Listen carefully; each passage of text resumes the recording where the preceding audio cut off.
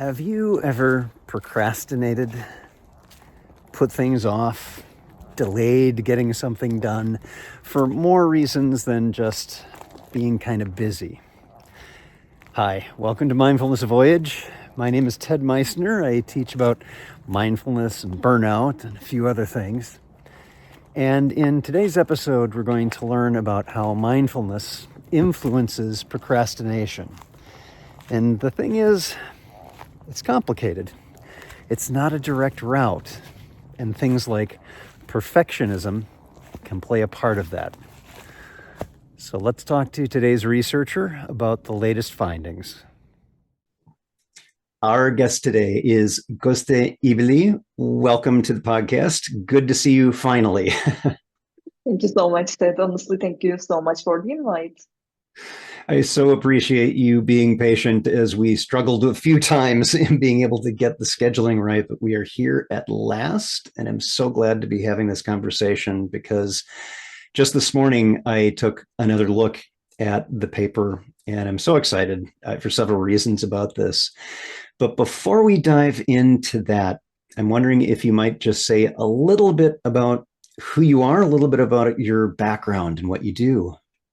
Of course, I would love that. So, like you said, my name is Gözde İbili, and I'm a clinical psychologist currently based in Turkey. So, I work with adults who seek support for depression, anxiety, stress, trauma, and other mental health problems. So, I provide individual therapy using personalized and evidence-based approaches. And I also benefit from mindfulness in my personal life, but also my professional approach.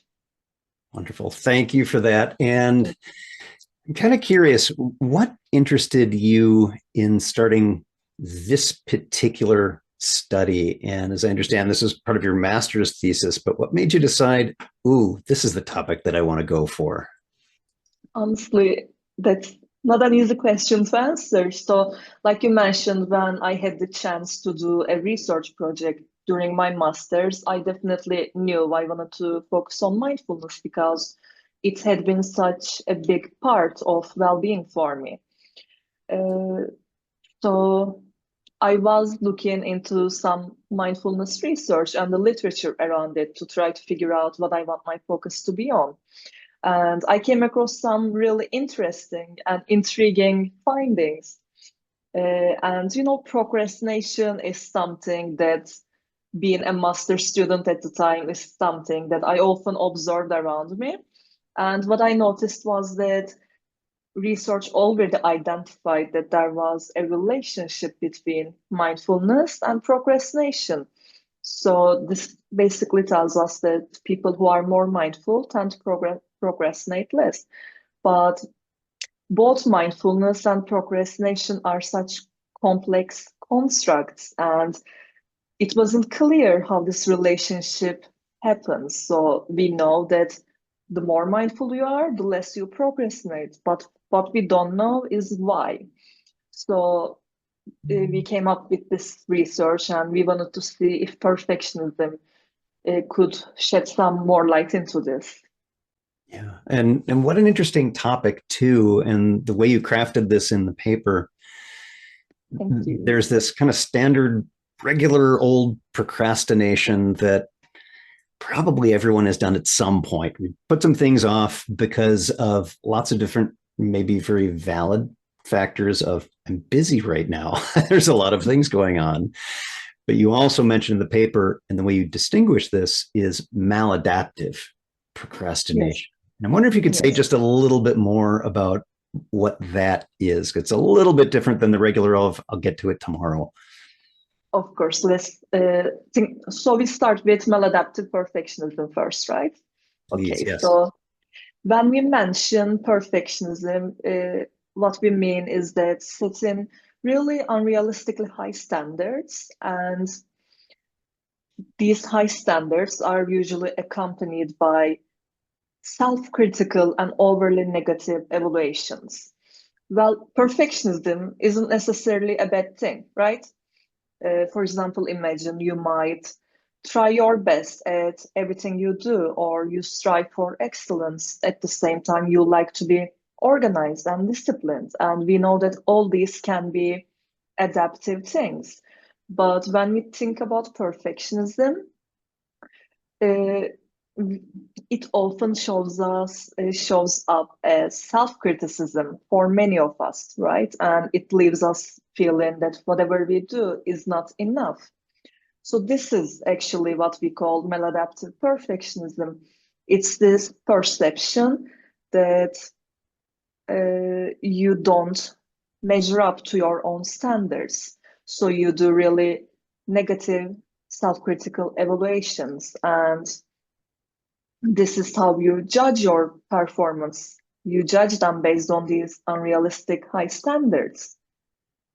Does that make sense? Yeah, that does make sense. And in fact, while we're still sticking with the perfectionism, the maladaptive perfectionism, one of the things I noticed is that in the paper you used several different instruments to measure the outcomes of this, and the title of one of them, the almost perfect scale Yes. revised, struck me as such a perfect name for maladaptive perfectionist. The almost perfect, ooh, almost there, just a little bit more, and revised, ooh, there are improvements to this, really struck a chord with my own tendencies towards perfectionism and noticing the inner critic jumping in.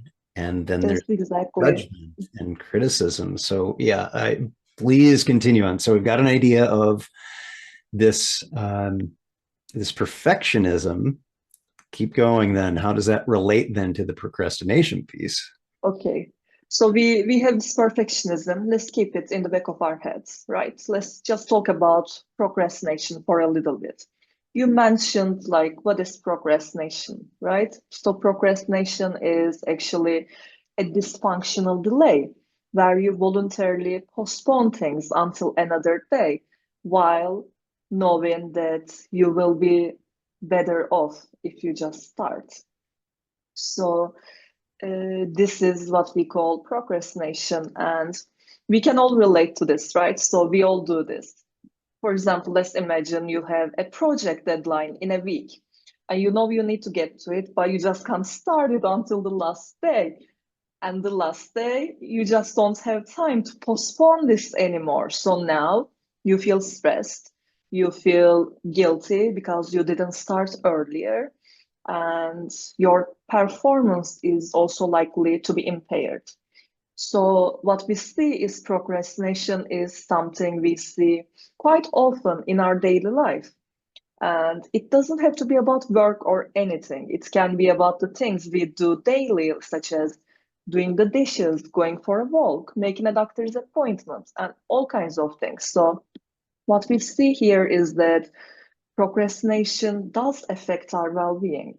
So, like I said, we might feel more stressed, we might experience guilt or anxiety, we might have lower self-esteem because we procrastinated and didn't actually have enough time to do a really good job. But at the same time, our health could get worse because we procrastinate about making a doctor's appointment, right? So this is such a complex construct, and that's why I found it really interesting to try to figure out procrastination first.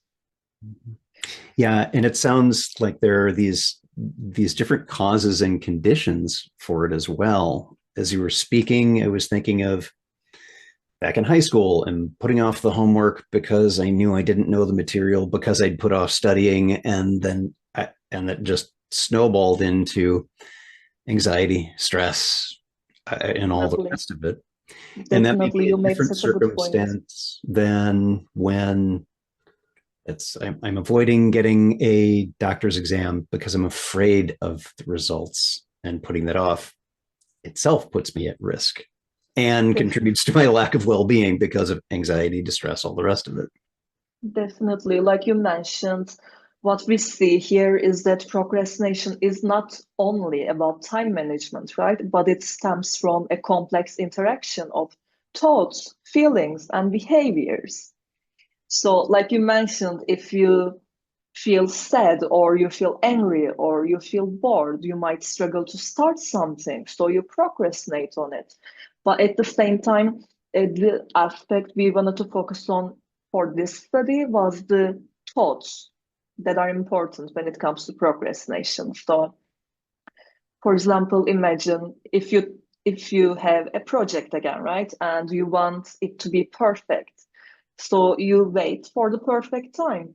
You wait for this perfect time when you don't feel sad or angry, or when you don't have a headache and everything around you is quiet because you don't want to get distracted. So again, you delay and delay things because this perfect time just doesn't come. But at the same time, all this time, you actually know you will be better off if you just get to it. Yeah. Yeah. So many complex factors. So you did some research, and I'm curious, what did you find with that? And was anything surprising that you discovered when doing the research? Okay, so let's think what we found about it. Honestly, we had some individual findings and our main finding, right? What we found was that mindfulness, so mindfulness predicts both maladaptive perfectionism and procrastination. So in this study, when we refer to mindfulness, we actually refer to it as a general trait. So this is your general tendency to be mindful in daily life, right? And again, this first involves present moment awareness. So first you observe and notice your own thoughts, emotions, sensations, and what else is happening in the moment. And then there is a focus on acceptance of these experiences and taking a non-judgmental stance towards these. And then there is also the element of allowing these experiences, especially the internal ones like thoughts and emotions, to just come and go. So, what we talked about procrastination, right? We mentioned that it's not only about time management, but it's so more complicated than that. Well, procrastination is actually a self-regulation failure. Like you mentioned, we have some thoughts, emotions, or actions that get in the way of us reaching the goal, which is not to procrastinate, right? So these negative thoughts or feelings that get in the way of you reaching your goal. Well, this again says that procrastination is a self-regulation failure.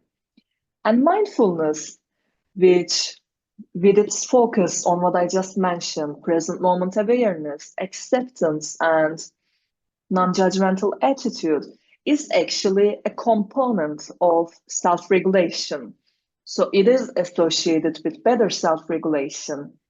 And again, it doesn't come as a surprise to see that there is a relationship between these, right? The more mindful you are, the less you procrastinate. So, Yeah, sorry, please go keep on. going. So I was just gonna give an example to make it more clear, right?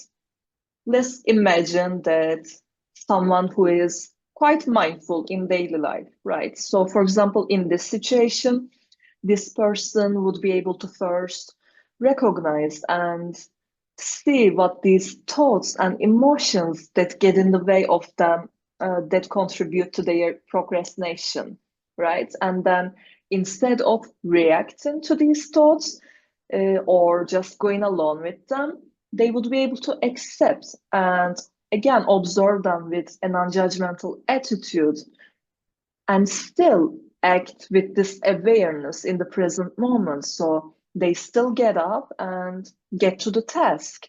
So, for example, you say, well, I want this to be perfect, but it's not realistic and it only leads to me procrastinating. And I know I'm going to feel worse after it. So, despite these negative thoughts or feelings, you still get to the task without giving them the power to stop you from attaining your goal. Does it make sense? Yeah. Yeah. Yes, absolutely. And what I find really insightful is something you shared a few moments ago, that procrastination is not just about time management, and perhaps very little about time management. And the implications of that is those who are struggling with procrastination, who only look at time management as the fix, may be missing a very big part of what can really change that. And to me, that's some of the really good news with your research, is that you're not stuck. And people who watch this podcast have heard me say that before, is there's some kind of issue. In this case, we're talking about procrastination, but that mindfulness practice, because you were looking at mindfulness as a state mindfulness, as opposed to, or trait mindfulness, rather than here's pre and post. How is procrastination, it's hard for me to say too, procrastination affected by taking a program where you actually practice those conditions that either lead to or take away some of the power from procrastination? So I'm curious, from your point of view, what are some of the interesting implications of this research? Okay, so should I just mention perfectionism to Yes, combine these two, and yeah, then we because that's can in there move as on to well. the implications of all of them together, Yeah. right? So, with procrastination and mindfulness, do you remember what the common ground is, right? I mentioned self-regulation, right? So we think about procrastination as a self-regulation failure and mindfulness as a component of self-regulation. And this is actually how we connect the two. And we mentioned the importance of thoughts, emotions, and other behaviors when it comes to procrastination. And there is an important thought process when it comes to self-regulation, right? And self-regulatory behaviors such as starting a task, even if you don't feel like it. And this is basically the perceived discrepancy between where you are and where you want to be, or where you want to reach, right? So as this discrepancy increases between where you think you are and where you think you need to reach, as this increases, the goal you want to reach feels unattainable. And what's the goal here? It's not to procrastinate and get to the task, right? And this is actually how we thought perfectionism could be important, because, like you would remember, we just mentioned this maladaptive aspect of perfectionism as the difference, the perceived difference between your standards, which are unrealistically high, and your actual performance. So again, there is this discrepancy between where you want to be and where you think you are in the moment. So this is again how we thought could play, what we thought could play an important mediating role in mindfulness and procrastination link.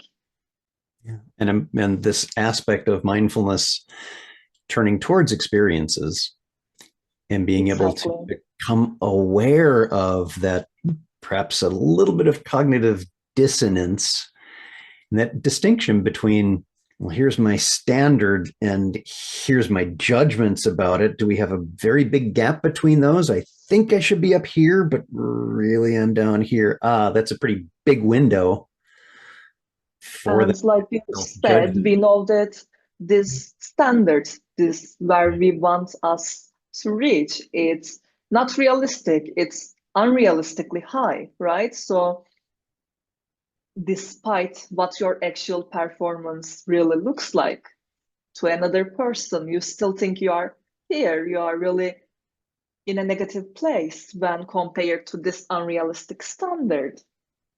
And again, this perfectionism, this maladaptive perfectionism, can make it even harder to self-regulate. So again, you find yourself irrationally delaying things and procrastinating. So I would say, it's again not a shock, is it? If you think, well, whatever I do won't be good enough, it's really hard to not procrastinate on this.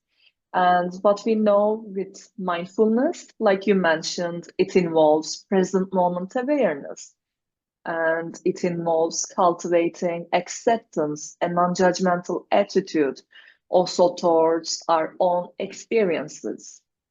And again, it's only normal to think that mindfulness could allow individuals to have more reasonable expectations of their performance and interrupt this feeling that they always need to strive to be perfect and strive for excellence. And it can also help them let go of these really self-critical and negative evaluations of themselves. And with its focus on all these elements, mindfulness also alters these cognitions and these negative thinking patterns. Yeah. So as we wrap up our conversation for today, and this has been wonderful, I want to ask, what might you share to those who are noticing that procrastination is really impacting their lives unhelpfully? What might you suggest to them as a bit of encouragement around being able to do something about it? Definitely. Well, you know, what I would suggest is if procrastination is something that you struggle with, first try to observe it. You know, be curious about your own procrastination because the more you understand what contributes to it, the better your chances are of doing something effective about it. And with this research, our results showed us, well, the more mindful you are, the less perfectionist tendencies you have. And this can actually explain, again, why the more mindful you are, the less you procrastinate. So if you notice any of these perfectionist tendencies around your procrastination, mindfulness can help them both. Wonderful. Well, our guest today, Gözde İbili, we will have links to your presence as well as Mhm. the paper. And thank you so much for being here today. Hope you'll come back soon with more research to share with us. Thank you so much for having me, Ted, and thanks for listening. Thanks so much for being here today. And I hope that you learned a little bit more about how mindfulness, procrastination, and perfectionism relate to each other. Please do hit the subscribe button. It helps a great deal to have other people find this podcast by just hitting that button. Remember, every moment you have a choice. Make it the best you can, and I'll see you again soon on Mindfulness Voyage.